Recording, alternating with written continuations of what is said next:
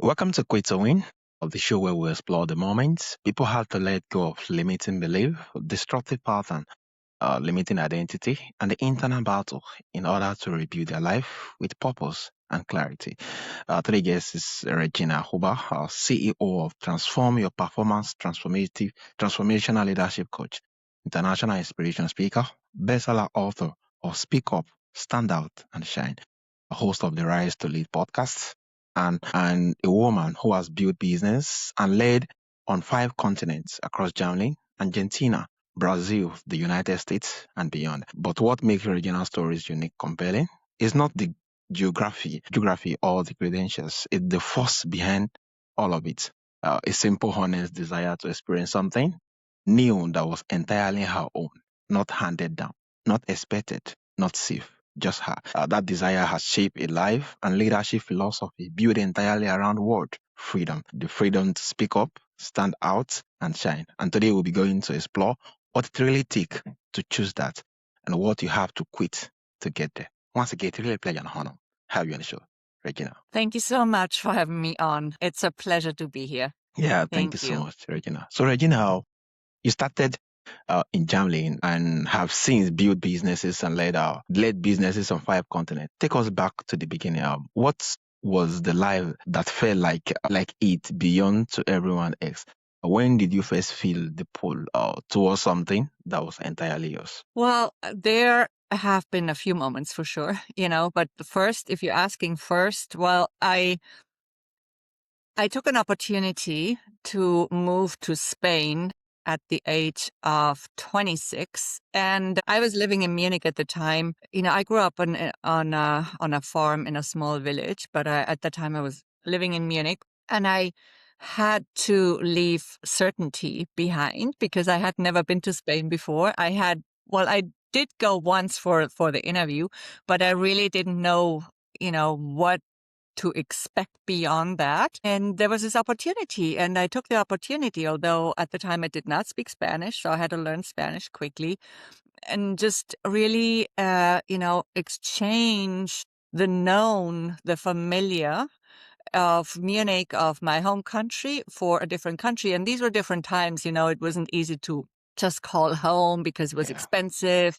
It wasn't like you could fly around all the time because that was not really within my budget at first. And there was no internet. That was just starting a bit later, right? So it was a different time. And it was a big step for me. I grew up as a very shy girl, but of course later I had to transcend this shyness because I wanted to move. And I also had this very adventurous spirit inside of myself and this curiosity. And that's what pulled me out into the world. And eventually, I learned Spanish and I moved. And that was the first of many, many moves to different countries and continents. So that's how it all started. Yeah, amazing. Thank you so much for sharing. So you work at our Boston Consulting Group, one of the most prestigious institutions in the world. Then you moved to Argentina and own a business. That is not conventional next step. What did people say when you told them, and how much did those reactions matters to you? Yeah, so this was actually the second time I was going to be in Argentina, right? Because I had been there. I had left BCG, the Boston Consulting Group, at some point to join a BCG alum, actually, with his startup in Argentina, which was somewhat similar to eBay. It's called deremate.com. So they were in Argentina and in Brazil, in several different Latin American countries, and also in Miami. And then the crisis hit in Argentina, so they couldn't pay me anymore. It was a huge monetary crisis at the time. It was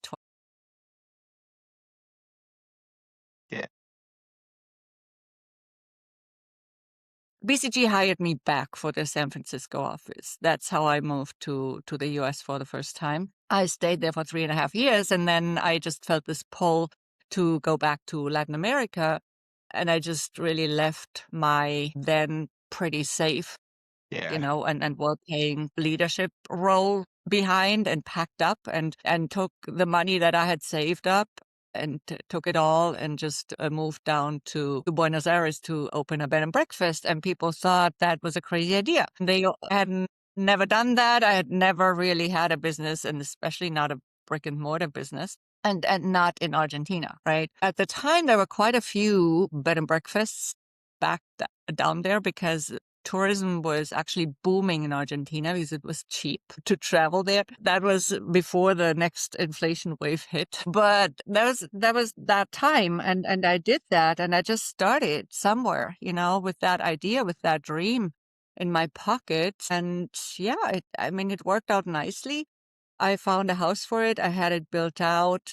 Of course, then there were some difficulties, corrupt authorities and whatnot that I had to deal with. But it was a really interesting experience and a beautiful experience with my guests because I wanted to offer something also a little bit different that would stand out in the market. As I said, there were quite a few bed and breakfasts back then, but I made it to number one on the TripAdvisor website because I offered some special services like off the beaten track tips for sightseeing or whatever, or other interesting things that people wouldn't usually find.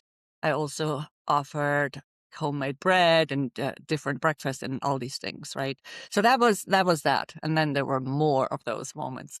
Yeah, amazing. Yeah, that was really lovely. The fact that you left the safe route, which everybody's get to see, and they're like, "Oh, it's weird how you have to kind of leave the safe route towards business that you haven't done before." That was really, really courageous. So building business across multiple country, culture, and language. What was the season that tested you the most? Where the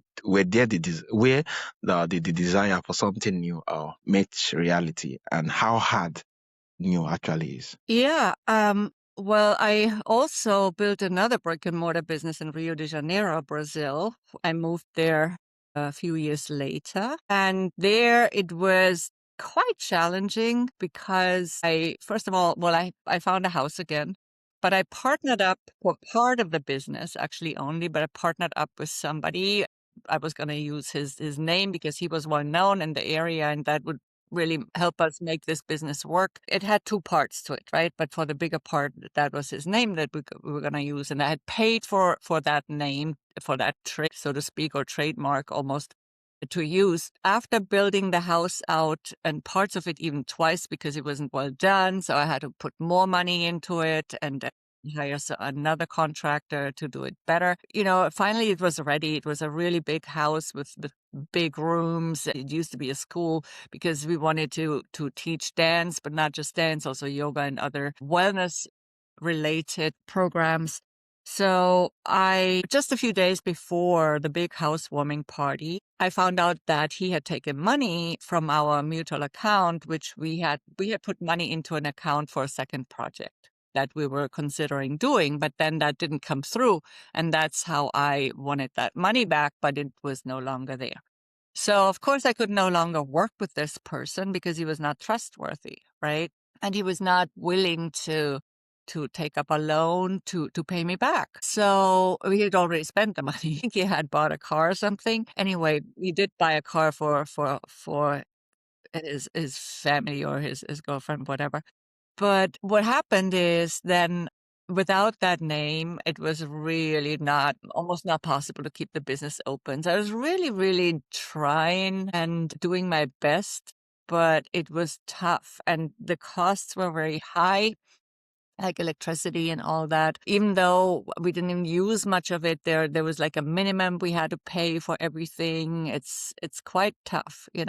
So then I had to make that very hard decision to close this business down and sell everything that I had put in, all my money, years, time, lots of effort, lots of energy to build this. And now all of a sudden it was like a dream that was like just exploding into nothing. So that was also a very long story to dismantle this and to clean up all the mess. It's very bureaucratic in Brazil. We always say Germany is so bureaucratic, and that's true.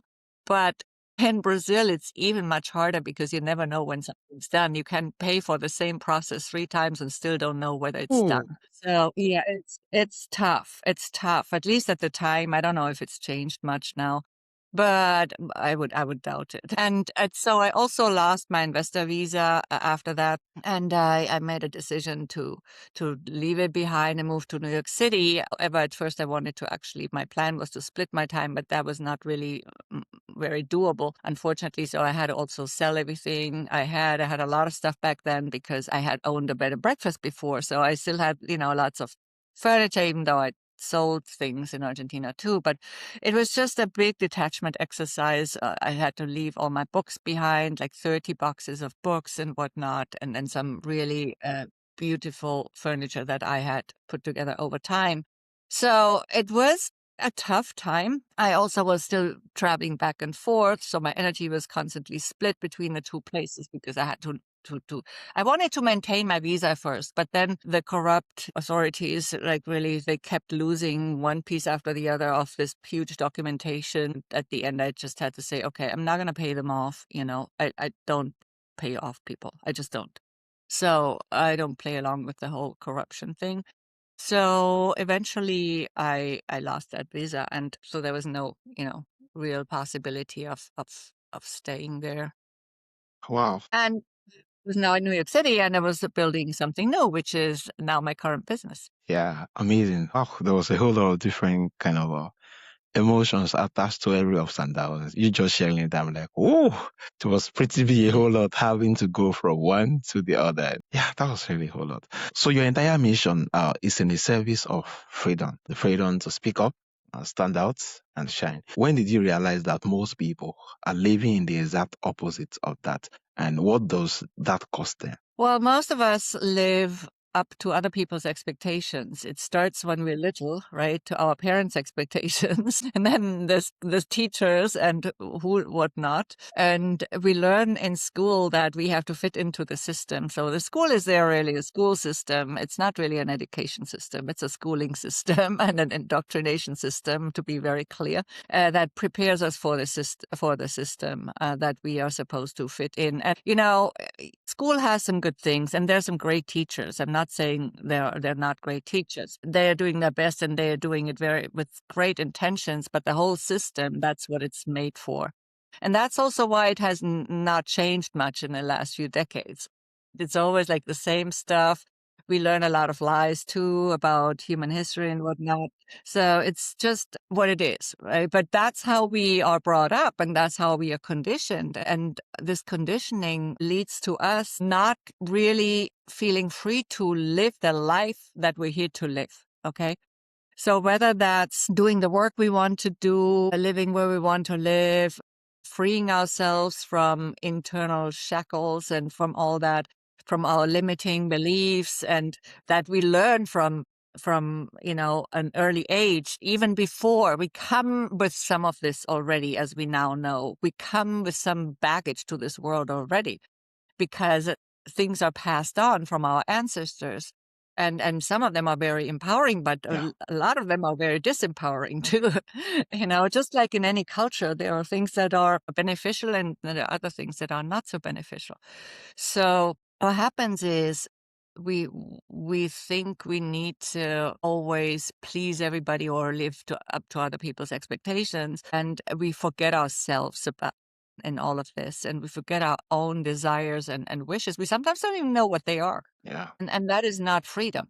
So we really need to sit down, and that's why where most of the burnout phenomena comes from, because yes, it can be partly to be because of being overworked, but a lot of it comes from a lack of fulfillment, and that feeling of a lack of impact, the right impact that you are here to make, to have to that mark that you came to leave on this world. And a lot of people only discover that later in their lives. And other things that are important to consider or something else that's important to consider is that we often stay stuck in an identity that we take on. So we stay stuck in an identity, although we actually have outgrown that identity. Okay, so that is what happens a lot. So we need to look at those identities and really say, oh, does this identity is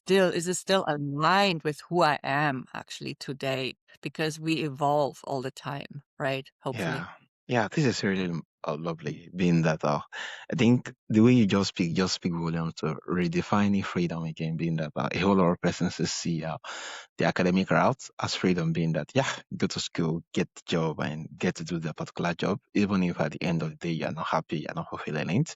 But you just have to keep going. Why some other sort of person Yeah. just have more like having more like laid out plan from your parents and living it out. So Yeah. every But details. that's another thing that's been indoctrinated into us. Like there are certain things, that are well considered, and there are other things that are not, that are supposed to not be as good. And that's not true, you know? Yeah, It's just not true because an artist is just as important and as valuable as an engineer. It's yeah, just different, right? yeah. I would not want to live in a world without art. Yeah, No. amazing, Without music. No. amazing. Also, Regina, how will you define freedom now compared to when you first started venturing out Oh, the yeah. business? Well, I think in the past, or a long time ago, Yeah, maybe I considered freedom more like an external thing, like to be able to move and travel where I want or live where I want, whatever. And now to me, it's more like an inner state. The external freedom is still important to me. Okay, don't get me wrong, but it's a state of mind, really, because you can have that freedom to travel and live where you want, and all of that, or you even can have all the money, and you can still not feel free. yeah, yeah, Right? amazing. Yeah, So you can it's move from really, one place to the other and still not being free, owing to the internal model and a whole lot of things. yeah. Yeah. So you have lived and led across 5 continents in multiple language, such radical different culture. What has breadth of experience taught you about leadership that someone who has only led in one context cannot fully grasp? Well, I'm asked this question quite a bit. So I think it's really about, the most important part of leadership is self-leadership always. It's never going to change. That's universally true, I would say, Yeah, in my world. Uh, in and and also there are many leadership styles, but what's important is that it's authentic to you as a leader and that you don't forget about your values in your leadership and that you also let people know what they are because we want to know who we work with as leaders, you yeah, know? And a lot of leaders are really not authentic and they are also not honest or so-called leaders, right? I mean, yeah, they're still leading something. Depends on how we define leadership. yeah, But of course, in an ideal world, leaders are courageous. They are authentic. They're transparent. They show who they are, and they stand up for what is beneficial to humanity, wherever that is, whether that's in the workplace or anywhere, right, in a community, whatever it is. yeah. I think it's really lovely, especially more like when you define leadership from the standpoint of being trustworthy and authentic. The fact that yes, we didn't just get to see them for the job they do alone. We see them really self-manifesting in what they do, and we could actually being able to trust them owing to the consistency of their true self. Yeah, this is really amazing. So dance is one of your greatest passion. What does dance give you or teach you? The Dance. leadership book Yeah. and coaching framework. And Well, I've written entire articles about it, so I could talk an hour about oh, this, right? But I will keep it short. It has taught me so many things. It's taught me so partner dance has taught me a lot about nonverbal communication, for example, even also any dance, but especially partner dance because it cannot function without that nonverbal communication where somebody shares an intention and we both share clues, through our bodies and through our energies. And that's really, really important because otherwise we just cannot, it's not about the steps so much. Okay. It's about that communication between two people that does not require words. Because if you need to Yeah. use words as a leader in dance, then you're not a good leader, right? Then you Yeah. just So don't true. know how to lead. And so then that also shows us how important nonverbal communication actually is and how important our energy is in leadership presence, because our energy flows into everything we say, we do, we feel, we whatever we represent, right? And how we come across. So it's really, really important in trust building and how we use our body too. We know how important body language is. So that's just one of the things. It's taught me about teamwork, how to use our space. You can look at that literally or configuratively, right? How do you Yeah. use your space within a team? How do you, as a leader, how do you actually cultivate your presence? Because also dance actually changes your posture for the better, usually when you Yeah. dance, right? And it has taught me so many things. I mean, I have shared some articles also in my LinkedIn newsletter about this topic because it's endless. Confidence, you know, Yeah. daring to express yourself, daring to stand out.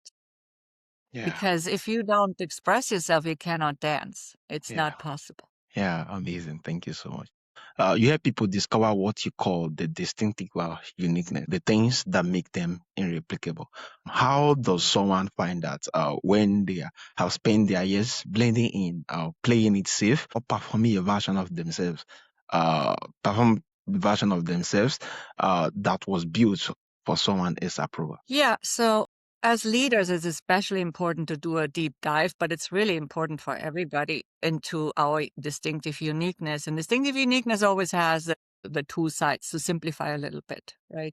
It's on the one side of the coin, you have your unique brilliance. And on the other side of the coin, you have things that you would like to improve or need to improve. Like, all of us need communication skills to work with each other and live with each other Yeah. in harmony. All of us need interpersonal skills. So these are skills that all of us need if you want to function at least, reasonably. And then there are other skills that we don't necessarily need because other people have them and we can complement them through other people. And that's totally fine because we all have different talents and strengths for a reason. Then we have specific talents that we want to maybe develop more. So we want to really do a deep dive into make lists, all your talents, even also your passions, things that you love doing that you have maybe neglected up until now because you thought they weren't valuable or that because they came easy to you. You thought they were not really important, but that's not true. It's just that you have a special talent for that. So that's why it comes easy. Like you said, oh no, I don't dance. I don't. You could learn how to dance, but maybe it's easier for some other people, Yeah. right? Because it's like their thing. So that's normal. And I didn't grow up with dance. I put it into my life later, but it's very important to me. It might not always be perfect, but I love to learn new dances like Senegalese sabar, like Congolese and dombolo, like Yeah. whatever, Brazilian dances while I was there and before and after, whatever. So the thing is, we don't have to do everything because we don't even, how will we do everything? So we don't have to be perfect at everything, but we need to just discern what is important to us, what can we complement with other people's talents and skills.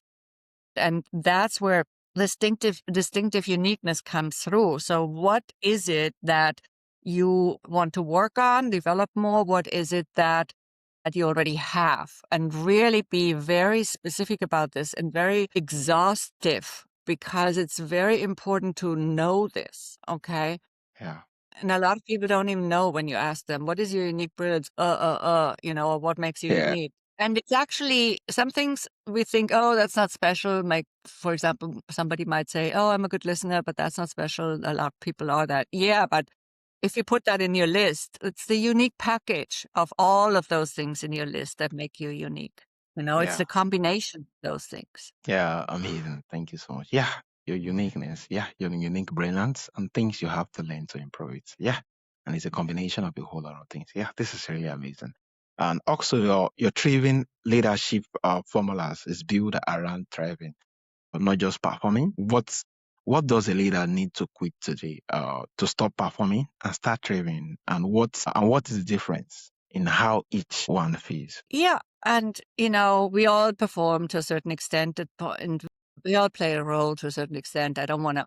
I want to say we don't, but it's if we constantly play a role, that's very exhausting and that's very depleting. And that's also what then leads to what we call burnout, right?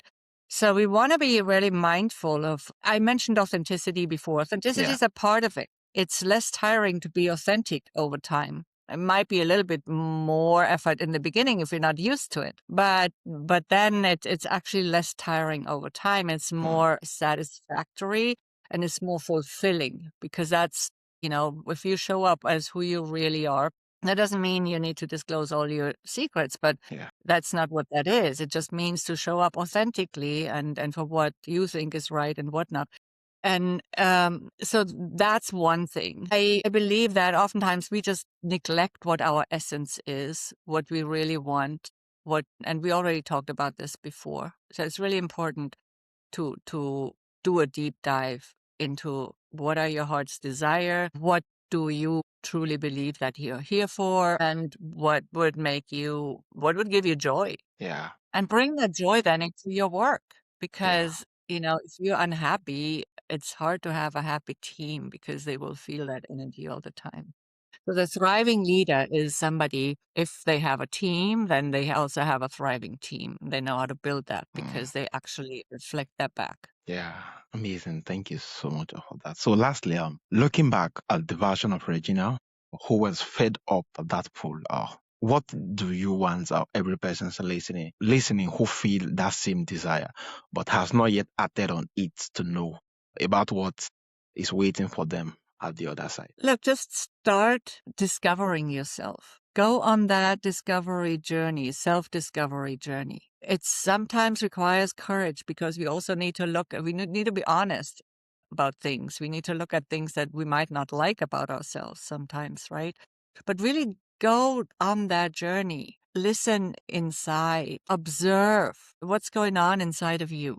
And then also look at what benefits you of what's going on inside of you and what doesn't. What could be some of your limiting beliefs? Now, the tricky part about limiting beliefs is that most of them are subconscious or unconscious.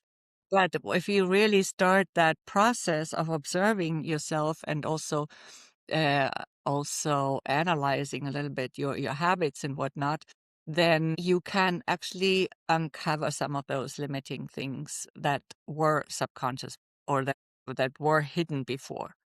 So, and if not, you can also, of course, work with a coach or with a facilitator who can help you with that. But if that's not an option, then just start the process yourself. You can Yeah. do this, and lots of books too. Yeah, amazing. Thank you so much, Regina. So, Regina, from our audience who would love to kind of reach out to you to learn more about you and to connect with you, how can they reach out and where's the best platform? Well, my website is transformyourperformance.com. And I already mentioned my LinkedIn newsletter. So for those of you who like to read, I publish weekly newsletter articles on conscious leadership on LinkedIn. So just go to my profile and pick up that newsletter and subscribe to it. And then for those who prefer to watch videos, I have a YouTube channel, Regina Huber, lots of videos. And then, Yeah. of course, my podcast is Rise to Lead. Yeah, amazing. Thank you so much, Regina. Thank you for bringing this boldness, this warmth, and the conviction to quit to win. You're a reminder that freedom is not just something you find, it is something you choose every time you decide to speak up, stand out, and shine as exactly who you are. It is one this audience needed to hear today. And if today's conversation inclines something in you, share this episode with leaders in your life who have been playing it safe for too long. They really need to this conversation if they don't know yet. Yeah, remember that the life that is truly yours does not begin where conditions are perfect. It begins the moment you decide it belongs to you. Once again, it's really a pleasure and honor have you on the show, Regina. Thank you so much for having me on, Benaiah. And you know what? You said a very important word, choose. So everybody has a choice, even though it may not look like it. Everyone does have not just one choice, but unlimited choices. So I'll leave you with that. And thank you again.